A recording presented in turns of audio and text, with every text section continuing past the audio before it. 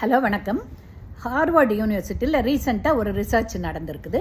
அதில் அழகுக்கும் சக்ஸஸ்க்கும் பிஸ்னஸ்னுடைய சக்ஸஸ்க்கும் ஏதான சம்மந்தம் இருக்கான்னு பார்த்தா சம்மந்தம் இருக்குதுன்னு அவங்க கண்டுபிடிச்சிருக்காங்க. ஸோ அழகாக இருக்கும்போது அவங்களுடைய பிஸ்னஸும் நல்லா சக்ஸஸ்ஃபுல்லாக இருக்குது. அதுக்கு காரணம் என்னென்னா, எதிர்க்க இருக்கிறவங்க பாசிட்டிவாக ஃபீல் பண்ணுவாங்க, ஒரு அப்பீலிங்காக இருக்கும், ரைட்டா?